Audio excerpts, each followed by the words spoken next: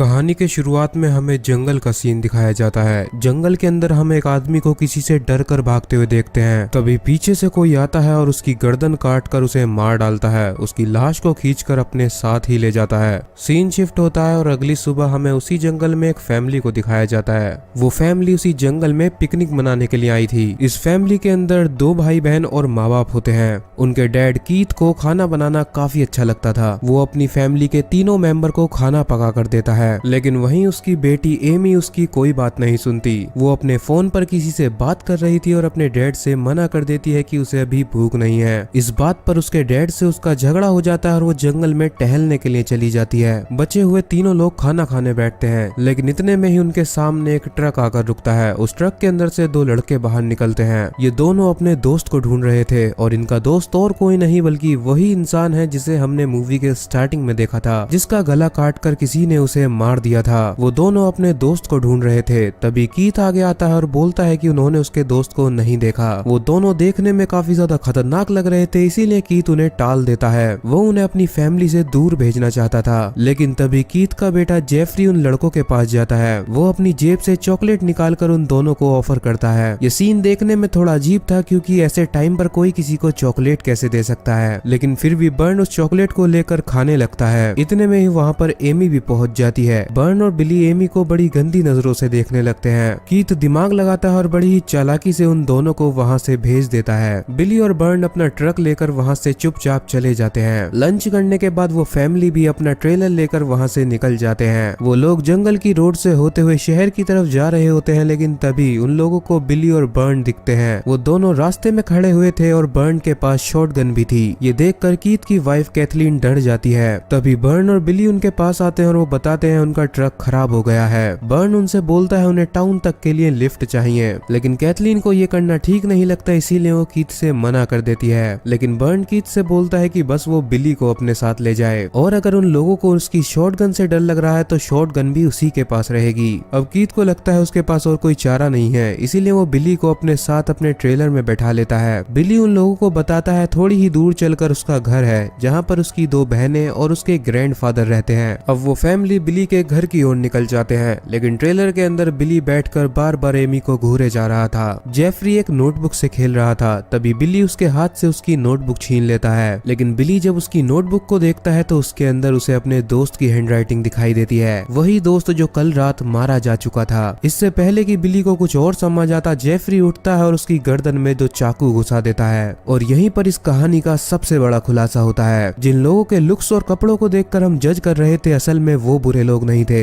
बल्कि शहर से आई हुई ये फैमिली ही सीरियल किलर थी। ये लोग इंसानों को मारते हैं और उन्हीं का मांस पकाकर खाते हैं। इस फैमिली ने ही बिली के दोस्त को मारा था और दोपहर के टाइम पर उसी का मांस पकाकर ये लोग खा रहे थे। कहानी के द्वारा हमें यही बताया गया है कि किसी के लुक्स को देखकर हमें जज नहीं करना चाहिए। उन दोनों लड़कों ने बुरे कपड़े पहन रखे थे, जिसकी वजह से हम सभी को लगा कि यही बुरे लोग हैं, जबकि बुरी तो वो फैमिली थी जो कि अच्छे कपड़े और साथ ही में सभ्य लग रहे थे। अब वो मासूम सी दिखने वाली फैमिली बिली की बॉडी के टुकड़े करने लगते हैं ताकि वो उसे अपने फ्रीजर में रख सकें। वो मासूम सी दिखने वाली कैथलीन बिली की आंखों को निकालकर एमी को गिफ्ट में देती है। एमी को आंखें पसंद थी, इसीलिए उसे बिली की आंखें गिफ्ट में दी जाती है। बिली को मारने के बाद भी इस फैमिली का दिल नहीं भरता। अभी भी वो उसके घर जाने वाले थे, क्योंकि बिली के हिसाब से उस घर में 2 लड़कियां और एक बूढ़ा आदमी है, जिन्हें मारना इनके लिए बाएं हाथ का खेल है। दूसरी साइड हमें बिली की फैमिली दिखाई जाती है, जहाँ पर 2 लड़कियां और उनका ग्रैंडफादर था। वो लोग डिनर करने के लिए बैठे होते हैं, लेकिन तभी उनकी डोर बेल बजती है। बाहर वही फैमिली खड़ी हुई थी।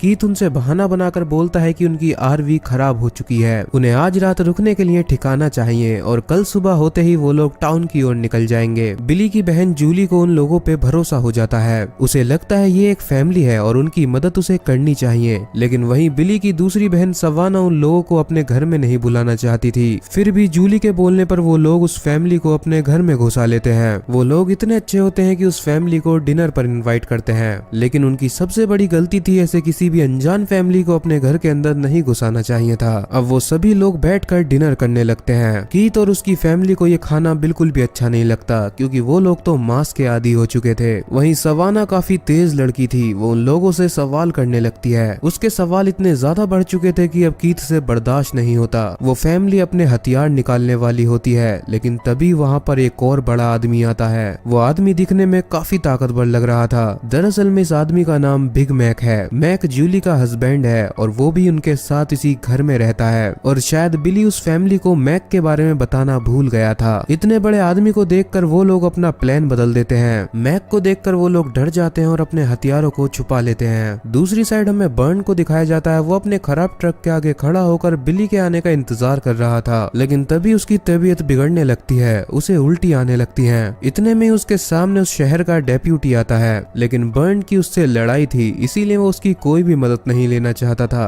डेप्यूटी के जाते ही बर्न की हालत और भी ज्यादा खराब होने लगती है। तभी हमें दिखाया जाता है जेफरी ने जो चॉकलेट बर्न को दी थी उसके अंदर जहर मिला हुआ था, जिससे धीरे धीरे कोई भी इंसान मर सकता है। वहीं दूसरी साइड जेफरी उसी चॉकलेट को मैक और जूली को देता है। मैक उस चॉकलेट को लेकर खा लेता है और साथ ही में जूली भी खा लेती है। एमी घर का टॉयलेट यूज करने के लिए जाती है क्योंकि उसे ड्रग्स लेने की आदत थी, लेकिन जल्दबाजी में वो बिली की आंख को वहीं टॉयलेट में गिरा देती है। वो वॉशरूम से बाहर आती है जहाँ सवाना खड़ी हुई थी। सवाना और एमी की बातों से हमें पता चलता है वो दोनों ही लेस्बियन हैं। एमी जिससे हर टाइम कॉल पर बात करती रहती है वो कोई लड़का नहीं बल्कि लड़की उसकी गर्लफ्रेंड है। ये बात उसकी फैमिली में किसी को नहीं पता है। उसके डैड इंसानों का मांस खाने के लिए तैयार है, लेकिन उसकी लड़की लेस्बियन हो इस बात को नहीं सह सकते। अब उन सभी लोगों को वहाँ रुकने के लिए उनके कमरे दिए जाते हैं। कैथलीन और कीथ को वहाँ का गेस्ट रूम दिया जाता है। वहीं जेफरी को बिली के कमरे में सोना होगा और एमी को सवाना के साथ सोना होगा, क्योंकि सवाना का कमरा काफी बड़ा है और वो दोनों लड़कियां हैं, इसीलिए वो आराम से उस कमरे के अंदर एडजस्ट कर सकती हैं। कीथ और कैथलीन गेस्ट रूम के अंदर जाते हैं, जहाँ कैथलीन की बातों से हमें पता चलता है इस फैमिली को मारने का उसका कोई इरादा नहीं है। वो इस फैमिली को बिल्कुल नहीं मारना चाहती, क्योंकि वो खुद भी एक फैमिली के साथ रहती है। लेकिन कीथ उससे बोलता है कि ये फैमिली किसी काम की नहीं है, ये लोग धरती पर बोझ हैं। कीथ का मानना था गरीब लोगों के जीने का कोई हक नहीं है, वो लोग धरती पर सिर्फ बोझ हैं। वो लोग ऐसी गरीबी हालत में जी कर भी क्या ही करेंगे, इसीलिए कीथ उन लोगों को मार दिया करता था। अब कीथ जेफरी के पास जाता है। वो उसे समझाता है कि बिग मैक को मारना इतना आसान नहीं है, इसीलिए वो उसे खुद ही मारेगा और जूली को वो मार सकता है। दूसरी साइड हमें सवाना और एमी को दिखाया जाता है। वो दोनों एक दूसरे के करीब आ रही थी। वहाँ एमी को सवाना की काफी सारी ट्रॉफी रखी हुई दिखती है, क्योंकि सवाना एक तीरंदाज है, उसका निशाना बहुत ही पक्का है। वो दोनों काफी करीब आने लगती हैं और किस करती हैं। अब तो ये कंफर्म हो चुका था कि वो दोनों ही लेस्बियन हैं। दूसरी साइड मैक और जूली की हालत खराब हो चुकी थी,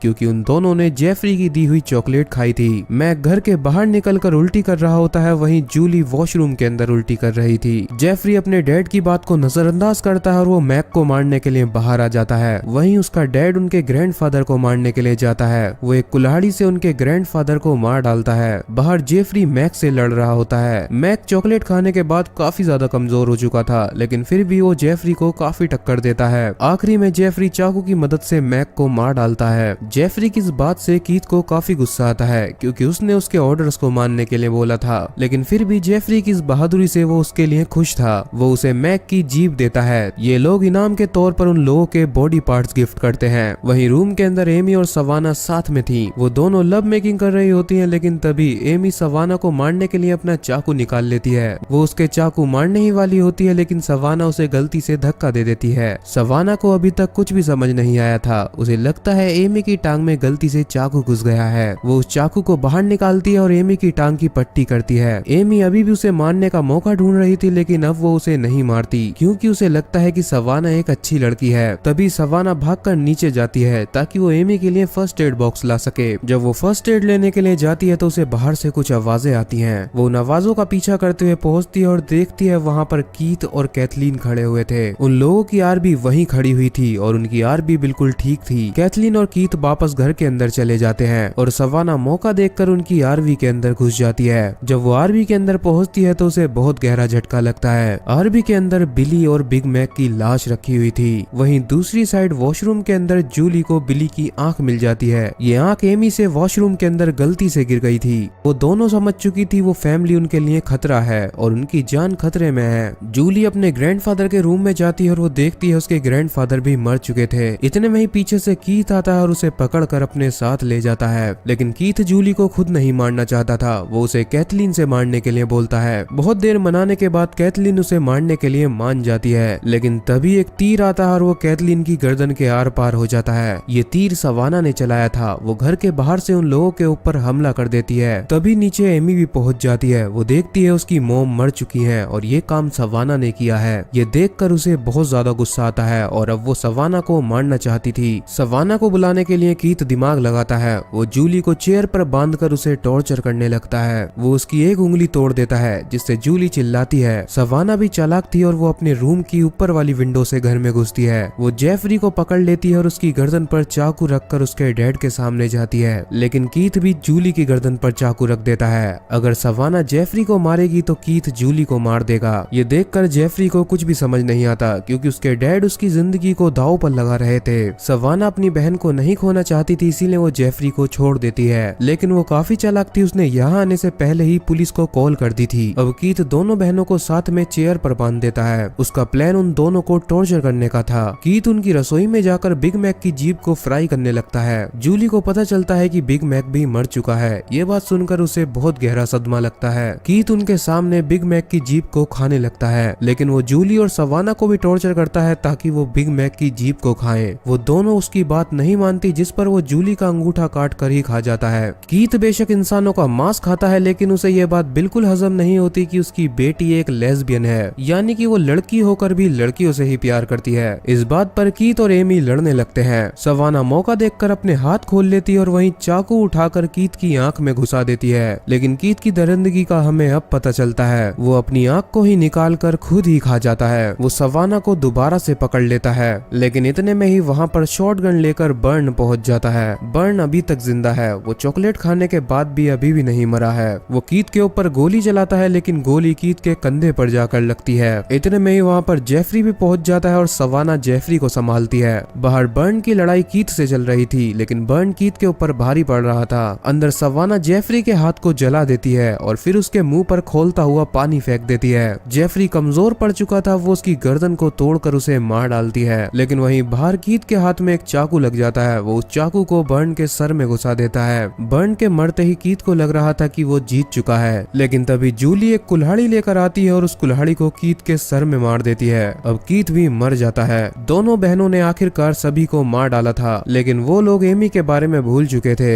एमी आती है और एक चाकू को जूली की कमर में घुसा देती है। जूली भी मर जाती है। ये देखकर सवाना को बहुत ज्यादा गुस्सा आता है। वो एमी को मारने के लिए बढ़ती है। उन दोनों के बीच लड़ाई होने लगती है। सवाना एमी के ऊपर भारी पड़ रही थी, लेकिन वो उसे इतनी आसान मौत नहीं मारना चाहती थी। वो एक हथौड़ा उठाती है और एमी को वहाँ से भागने के लिए बोलती है। एमी भागकर घर से बाहर आ जाती है। सवाना एमी को हथौड़े से मारने ही वाली थी, लेकिन तभी एक गोली उसके सर के आर पार हो जाती है। जी हाँ, सवाना भी मर जाती है। ये गोली चलाई थी डेप्यूटी ने। डेप्यूटी को गलत फहमी हुई। उसने देखा सवाना हथौड़ा लेकर एक मासूम लड़की के पीछे भाग रही थी। गलत फहमी में उसने सवाना को ही मार डाला था। डेप्यूटी वहाँ की तलाश करने लगता है, लेकिन तभी उसे उनकी आर भी मिल जाती है। लेकिन एमी इतनी जल्दी हार नहीं मानने वाली थी। वो डेप्यूटी को भी मार डालती है। सभी की लाश को घर के अंदर रखकर वो घर को आग लगा देती है और अपनी आर भी लेकर वहाँ से चली जाती है। इसी के साथ यहीं पर ये मूवी खत्म हो जाती है। अगर आपको ऐसी ही इंटरेस्टिंग मूवीज देखनी है तो आप हमारे चैनल को सब्सक्राइब कर सकते हो।